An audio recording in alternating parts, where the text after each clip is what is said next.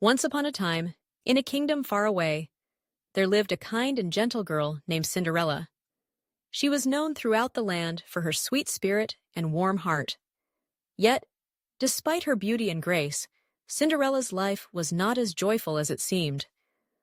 After her beloved father passed away, she was left in the care of her stepmother, a woman whose heart was as cold as the winter frost.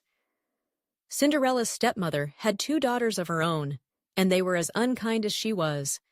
They treated Cinderella like a servant, forcing her to do all the chores around the house while they lounged about, adorned in their fine dresses and jewels.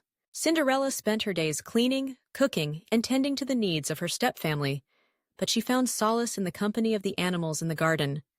The birds would sing her sweet songs, and the little mice would scurry around her feet, bringing her joy and laughter. In those quiet moments, she would dream of a life filled with love and happiness, far away from the harshness of her current reality. One day, the kingdom announced a grand ball to be held at the royal palace. The prince was searching for a bride, and all the eligible young women were invited to attend. Cinderella's stepmother and stepsisters were thrilled at the prospect of attending the ball. They spent days preparing their outfits, trying on beautiful gowns and shimmering accessories. Cinderella watched with longing in her heart, wishing she could join them and experience the magic of the evening. On the night of the ball, her stepfamily left her behind, instructing her to stay home and finish her chores. As they disappeared into the night, Cinderella sank to the floor, tears streaming down her cheeks. She felt so alone and forgotten. But just as her heart began to feel heavy with despair, something extraordinary happened. A soft, shimmering light filled the room, and before her stood her fairy godmother, a kind and magical spirit. "Do not cry, my dear," the fairy godmother said, her voice gentle and soothing.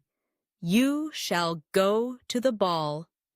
With a wave of her wand, she transformed Cinderella's tattered dress into a stunning gown made of the finest silk, sparkling with the light of 1,000 stars. Glass slippers appeared on her feet, glimmering like diamonds. Cinderella could hardly believe her eyes. She looked like a princess, but the fairy godmother had one important rule.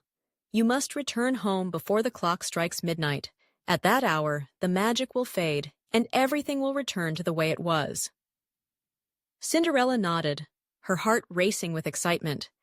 She thanked her fairy godmother, and with a flick of her wrist, a beautiful carriage made of pumpkins and mice appeared, ready to take her to the palace. As Cinderella arrived at the ball, she felt as though she had stepped into a dream. The grand hall was filled with laughter, music, and twinkling lights. The prince, handsome and charming, was captivated by her beauty the moment he laid eyes on her. He approached her, extending his hand, and asked her to dance. They twirled and spun across the floor, lost in each other's eyes, as if the rest of the world had faded away. Cinderella felt happier than she had ever been, her heart soaring with joy. They danced together for what felt like hours, sharing stories and laughter, and for the first time, Cinderella felt seen and cherished.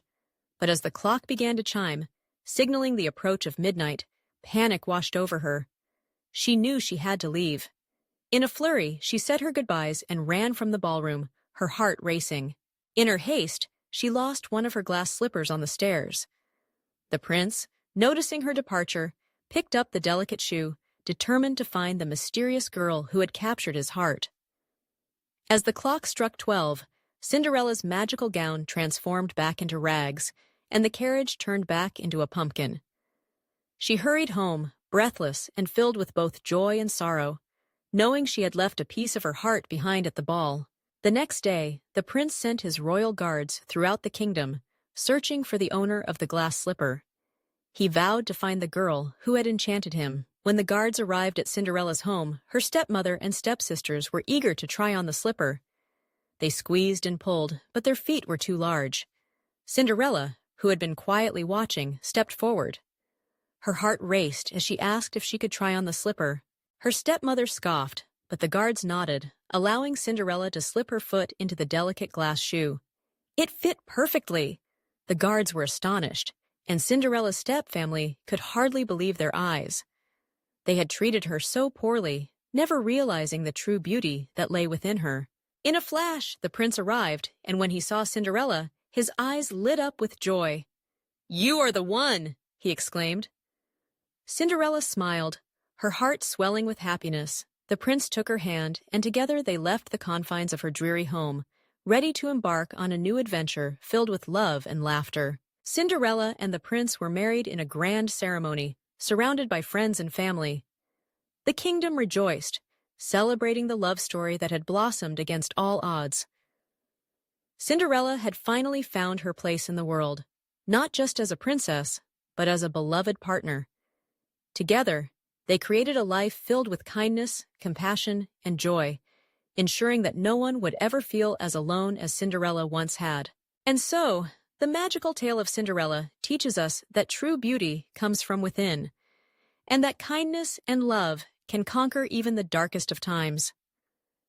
As the stars twinkled in the night sky, Cinderella and the prince lived happily ever after, reminding us all that dreams really can come true.